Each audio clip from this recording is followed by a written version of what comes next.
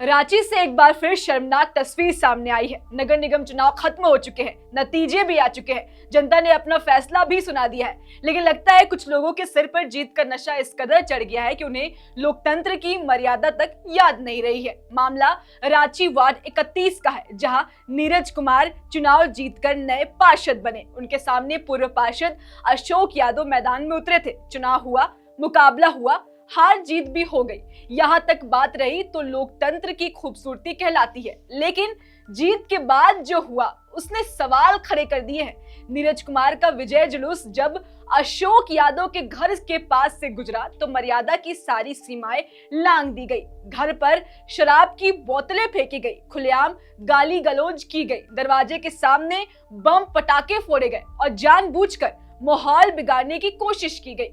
क्या यही जीत का जश्न है? क्या जनता ने इसलिए वोट दिया था कि किसी घर के बाहर इस तरीके से हंगामा हो?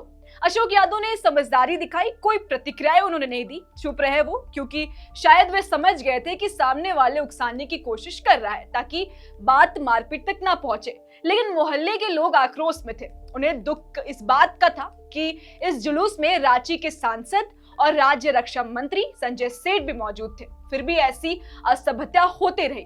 सवाल उठता है कि अगर जनप्रतिनिधि खुद अनुशासन नहीं दिखाएंगे तो आम जनता क्या सीखेगी? चुनाव खत्म हो चुका है, अब जो भी पार्षद बना है वो पूरे वार्ड का पार्षद है, सिर्फ अपने समर्थकों का नहीं।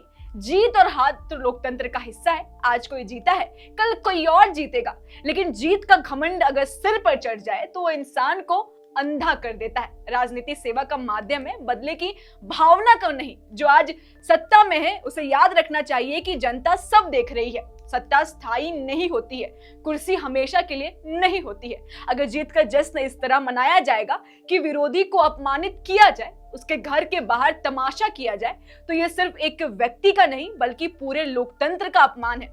सवाल सिर्फ नीरज कुमार या अशोक यादव का नहीं है, सवाल राजनीति की गिरती मर्यादा का भी है। क्या हम अपने बच्चों को यही सिखाना चाहते हैं कि जीत जाओ तो सामने वाले को कुचल दो, या फिर सिखाना चाहते हैं कि जीत के बाद विनम्रता ही असली ताकत होती है?